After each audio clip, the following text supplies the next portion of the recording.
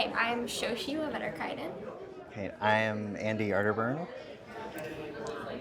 So our project this summer and our poster is about adaptive ornaments. We worked with Lindsay Rice, so we got to see how she does her research, how she looks at how animals ornament themselves, and then take that patterning and transform it into the medium of metal. So we did a ton of fabrication for her doing that this summer. We learned how to use enamel, powder coating, and soldering techniques to create animal forms and fine metals. Um, we created a chip chart of all the enamel colors in our studio and learned how to troubleshoot and work with this new material to create smooth finishes. We worked with Lindsay Rice this summer, and what I learned working from her is just like her method. So she'll print out like tons of pictures of the types of animals and patterning and wings and fins that she wants to create, and then she'll really like work from that, take color from that, and like for these we did all these like fish scales. There are tons more of these that are going to be like interlaced into a brooch and all powder coated different colors. And we did a ton of iterations of these, and she would be like, okay, this one feels organic, this feels like the picture, this feels like fins, this one feels really static, so how can we like make jump rings in a different way to fit the organic inspiration?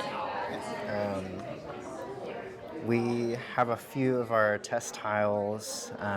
This is showing an orange transparent enamel, and so we did half of it over a white base coat, and then half of it over the bare copper, and this way, people who use the enameling studio can see what the enamel color looks like when it's fully fired, as the enamel color changes once it's reached a certain temperature.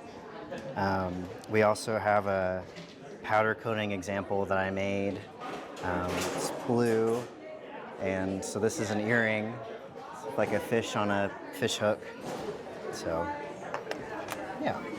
Yeah, here I have, this was one of the things we worked on this summer. It involved like sawing out all of these pieces that were formed around this inspiration image, and then I actually did like 3 versions of this pierced and sawed piece, as it's like so tiny, and I had to even like solder back some pieces, and then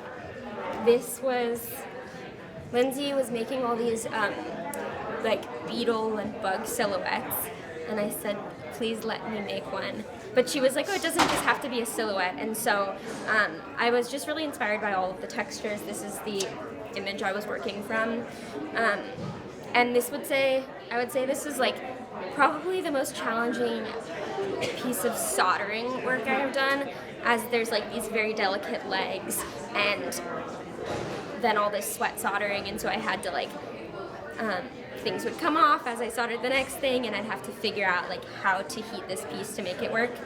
But I'm very happy with the result.